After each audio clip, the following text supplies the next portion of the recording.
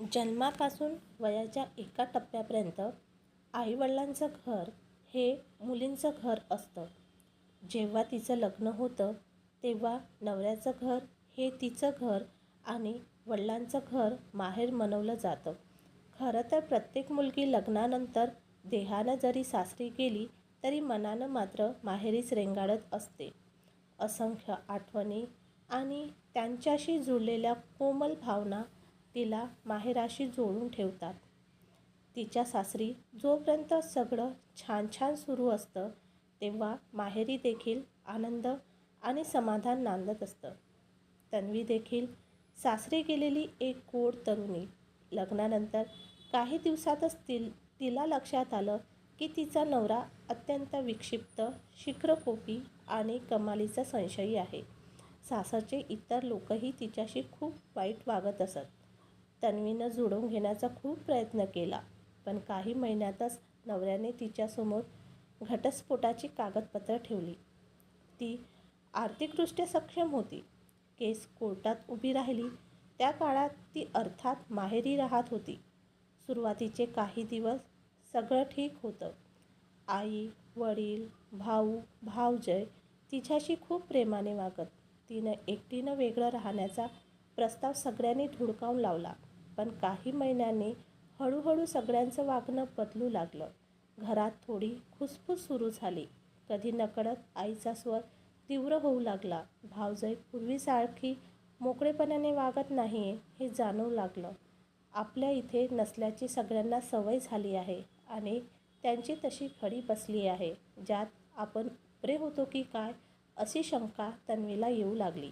आपण घरावर आपला आर्थिक बोजा अजिबात पडू द्यायचा नाही म्हणून ती जाणीवपूर्वक घरात खर्च करत होती. ऑफिसमधून येताना भाज्या, फळं आणि अनेक वस्तू आणत होती. सगळ्यांना काही ना काही भेटवस्तू आणत होती.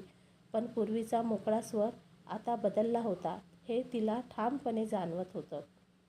एकदा तर भाऊ बोलता बोलता म्हणाला की मुद्दाम 3 बेडरूमचा फ्लॅट घेतला कारण आता आम्हाला मूल होईल, मग त्याला एक खोली लागेल. तिला जाणवलं की आता इथून निघायची वेळ आलेली आहे. तिनं सरळ सरळ आईजवळ विषय काढला. आई, मला कल्पना आहे की तुमचं माझ्यावर खूप प्रेम आहे, पण आता तुम्ही माझी फार काळजी करणं कमी करा. मला ऑफिसजवळ अगदी 10 मिनिटाच्या अंतरावर एक छोटासा फ्लॅट भाड्याने मिळतोय. इथून ऑफिस दूर पडतं. शिवाय दादा, वहिनी आणि तुम्ही यांची चांगली घडी बसलेली आहे. घराची रचना आणि सोय तुमच्या दृष्टीने तुम्ही करून घेतली आहे. उद्या दादाचं कुटुंब मोठं होईल, त्यांना जागा कमी पडेल. तुम्हाला आता इथे आणखी एक घर मिळेल हक्काचं. कधी तुम्ही तिकडे या, कधी मी येईन. हे प्रेम असंच कायम राहण्यासाठी मला इथून जाऊ द्या. तिचं हे निर्वाणीचं बोलणं ऐकून आई खूप रडली, पण तन्वी तिच्या निर्णयावर ठाम होती. सध्याच्या परिस्थितीत अंतर ठेवून प्रेम टिकवणं जास्त गरजेचं होतं. ती भाड्याच्या फ्लॅटवर शिफ्ट झाली. कुणालाही न दुखवता ती तिच्या माहेरून बाहेर पडली. घरच्यांनी तिला पूर्ण मदत केली. आईचे डोळे सारखे भरत होते, पण बाकी सगळ्यांनी सुटकेचा निश्वास टाकला असणार असं तिला वाटत होतं. या सगळ्या काळात तिची बालमैत्रीण सुलभा कायम तिच्या सोबतीला होती. सुलभा, मला वाटतं की कुठल्याही विवाहित स्त्रीवर लग्न मोडण्याची वेळ येऊच नये आणि जर तशी वेळ आलीच तर तिनं शक्य होई तो आत्मनिर्भर व्हावं. आपले जन्मदाते हे आपलेच असतात गं, पण परिस्थिती माणसाला अगतिक करते. मी कायमची इथे राहील की काय ही भीती मला दादा वहिनीच्या नजरेत दिसू लागली होती. आई बाबा म्हणाले की आपण तिघं वेगळं राहू, पण मला ते मान्य नव्हतं. मी आता फ्लॅटवर शिफ्ट झाले तर आता त्यांनी हक्काने इथं यावं, स्वागत आहे, पण एका छताखाली कायम राहणं नको.